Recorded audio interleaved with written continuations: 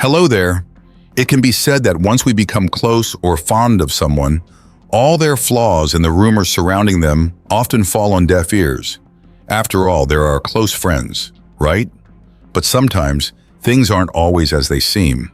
You might find a true friend, or you might encounter someone who seems like a friend, but ends up being a danger to you. Today's case revolves around an 18-year-old high school senior with hopes and dreams for the future. But in just one night, all those beautiful dreams were shattered. What makes this case unique is that although the police quickly identified a mysterious white male suspect after extensive investigation, they discovered that this person didn't even exist. While everyone thought the case had reached a dead end, 2 years later, the police managed to catch the killer based on a single selfie posted on social media. So what was so special about that photo? Let's dive into the details of today's case. Now let's travel back to 2015 to explore this shocking incident together. Saskatoon is a city located in the central southern part of the province of Saskatchewan, Canada. It is the largest city in the province. Situated along the Saskatchewan River, Saskatoon is surrounded by beautiful natural landscapes with vast, expansive prairies, making it a promising destination for those with wounded souls in need of healing. No one could have imagined that such a horrific crime would take place in a place like this. The victim was Brittney Gargol, born on August 31, 1996, in a typical family in Saskatoon, Canada. At the time of the incident, she was only 18 years old, a senior in high school. Brittney's parents had divorced when she was very young, and both remarried later. Her incomplete childhood left Brittney psychologically scarred for a long time. But as with all unhappy events, time heals all wounds, and Brittney knew she couldn't dwell on those sad memories forever. She had to live in the present. Brittney had 3 other adorable younger sisters, and she felt she needed to set a good example for them rather than staying downcast all the time. People around her described her as a very lively person with a passion for extreme sports. She enjoyed outdoor activities like skiing, camping, and boating with her family. It was this open and adventurous personality that made Brittney well-loved by many. At 16, alongside her school responsibilities, Brittney also worked 2 jobs simultaneously. While her peers were carefree, she was saving money to fulfill her noble life goals. Brittney planned to study hotel management in college, and she was confident that she would excel in this field. But fate has a cruel sense of humor, and just as Brittney was about to embark on her college journey, a tragedy struck, shattering all her beautiful dreams. It was March 25, 2015, a typical Wednesday like any other. A local resident was out for a walk when they suddenly discovered a girl lying motionless on the grass at a landfill site. The person was surprised, wondering why anyone would be lying in such a place. Curious, they approached and were shocked to find that the girl had stopped breathing. They immediately called the police. The police quickly arrived at the scene. After some examination, they confirmed that the girl had passed away. The forensic team's investigation of the scene revealed the following. The victim was not wearing shoes, only a black leather jacket with a hood. She was wearing a watch and a dark blue belt, with a tattoo on her back. However, there was no wallet or any form of identification on the victim or around the scene. At that time, there were no reports of a missing person either, so the police were initially unable to identify the victim. But from the evidence collected at the scene, one thing was certain: this was clearly a murder. The killer was very cunning, deliberately dumping the body at the landfill to erase any traces. The police released a photo of the girl's clothing and the tattoo on her back, hoping that the public would come forward with information. Not long after the information was released, a girl tearfully called the police, saying she had a similar tattoo on her back and that the victim was her best friend, Brittney Gargol. The police later confirmed that the victim was indeed Brittney, an 18-year-old high school senior. When this news broke, the local community was deeply concerned, especially Brittney's family. They said that Brittney was a kind and friendly person with no known conflicts with anyone. Who could be so cruel as to take her life? The best friend who called the police was named Cheyenne Rose Antoine, 3 years younger than Brittney. She had been Brittney's close friend for years, almost like sisters. Cheyenne provided the police with crucial information.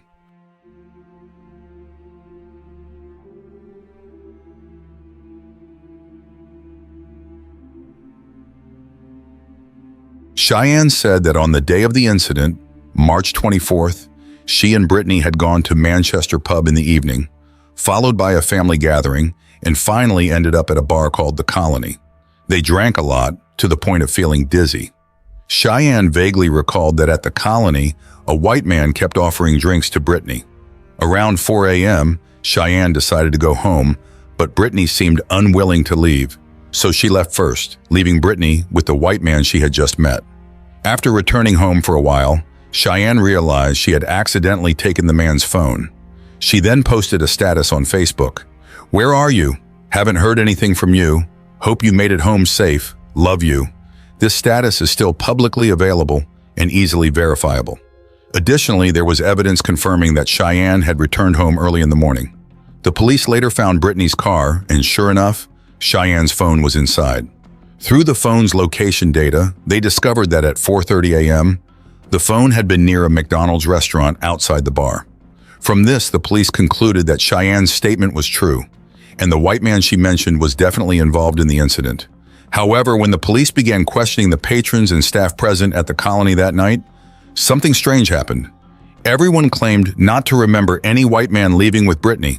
Even if the patrons were too drunk to remember, it was odd that even the bar staff said the same thing. What was even stranger was that the mysterious man didn't appear in any of the bar's security footage, leaving investigators baffled. At the same time, the forensic report came in. The cause of Brittney's death was injuries to her neck, and the weapon used was the dark blue belt found next to her, as the marks on Brittney's neck perfectly matched the unique structure of the belt. After several interrogations failed to uncover any leads on the mysterious white man, the police began to suspect that he might not exist. Cheyenne Rose Antoine, born in 1993 in Saskatoon, came from a family of average means. However, her family's circumstances were particularly bad, mainly because Saskatoon was still quite wild and underdeveloped in those years, with a high unemployment rate. Many people lived idle lives, eventually falling into alcohol and drug addiction. Cheyenne's mother died when she was young, and her father showed no interest in her.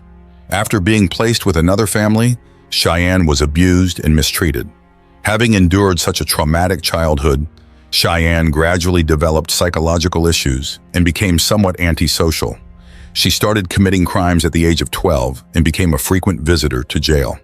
By the age of 19, her criminal record had grown to 54 pages. Despite Cheyenne's extensive criminal history, Brittney still considered her a close friend. The police began questioning Cheyenne again. This time, she told a different story. Cheyenne claimed that the white man had come to her house alone, saying that he and Brittney had met two black men at the bar. Due to their intoxication, they not only accepted the stranger's invitation, but also went with them to a hotel. After collectively using illicit substances in the room, some disputes arose, leading to an argument. When the white man went to the bathroom, the tragedy occurred. When he returned, Brittney was lying motionless, no longer breathing, with signs of strangulation. At that moment, the white man panicked, but what frightened him even more was that the two black men drew guns from their belts and pointed them at his forehead, threatening that if he reported the incident to the police, he would not live to see the next day. Out of fear, he did not dare tell the truth to the police and asked Cheyenne to keep silent. After hearing this version of events, the police were preparing to question Cheyenne further. What no one expected was that Cheyenne was arrested for a different case. During another round of police interrogation, she gave conflicting statements, never revealing what actually happened that night. So which version was the truth? Although Cheyenne's behavior raised many suspicions, the police could not find any evidence proving she was involved in the incident. They also questioned many people, but still couldn't find the mysterious white man or the two black men that Cheyenne mentioned. Lacking evidence and unable to find any suspects, the case reached a deadlock with thorough investigation yielding no answers. In this situation, many of Brittney's friends and family were deeply disappointed. They took on the role of amateur detectives, starting their own investigation into key points. They found something noteworthy on Cheyenne and Brittney's Facebook pages. It was a photo of Brittney and Cheyenne posted by Brittney just hours before she was killed. On September 10th, someone named Cheyenne posted a long comment, with her name differing from Cheyenne's by only one letter. Therefore, people believed it was actually Cheyenne who wrote the comment. The content of the comment wasn't the main point. It was just words of sorrow and regret. The important thing was that this photo began circulating widely among Brittney's friends, eventually reaching the police. When the police thoroughly examined the photo, they made a startling discovery. In the bottom left corner, they saw a fragment of a distinctive blue belt. Investigators compared it with the belt found at the crime scene and realized they were identical. Upon inspecting the belt, they found the DNA of both Brittney and Cheyenne. This was crucial forensic evidence that revealed a brutal truth. It was Cheyenne, who had been considered Brittney's closest friend, who had killed her. The story about the white man and the black men was merely a lie Cheyenne concocted to mislead the police.